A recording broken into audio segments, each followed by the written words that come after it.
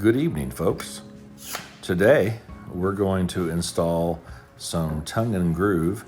Some call this shiplap. It really isn't shiplap.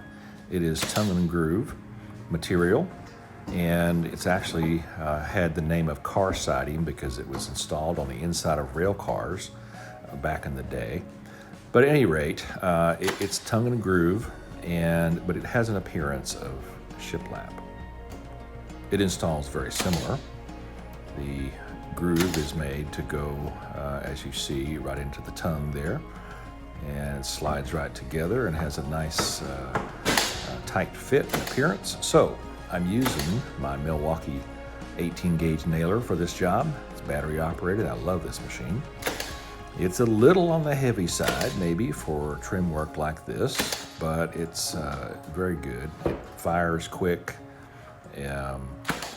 It has an adjustment that allows you to adjust how deep the nail goes. I like that feature a lot. So yeah, it's fairly well balanced. You just have to manhandle it just a bit, but it really makes this job go fast.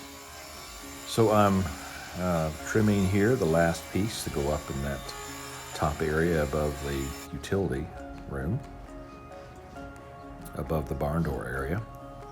And this is another kind of neat thing about this tongue and groove. Once you slide it in and snap it into the groove, it kind of stays there for you while you nail it. So I like that piece of it.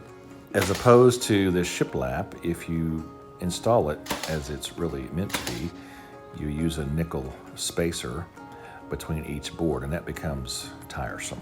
So I like to use this tongue and groove. Enough about that. So here I am installing the more tongue and groove above what's going to be the closet door. And so we cut, fit, and nail that section. So fast forward, I finished that little wall.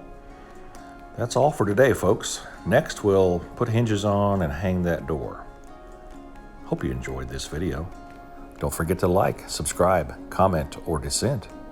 You've been watching the Townhouse Garage Channel. Good day.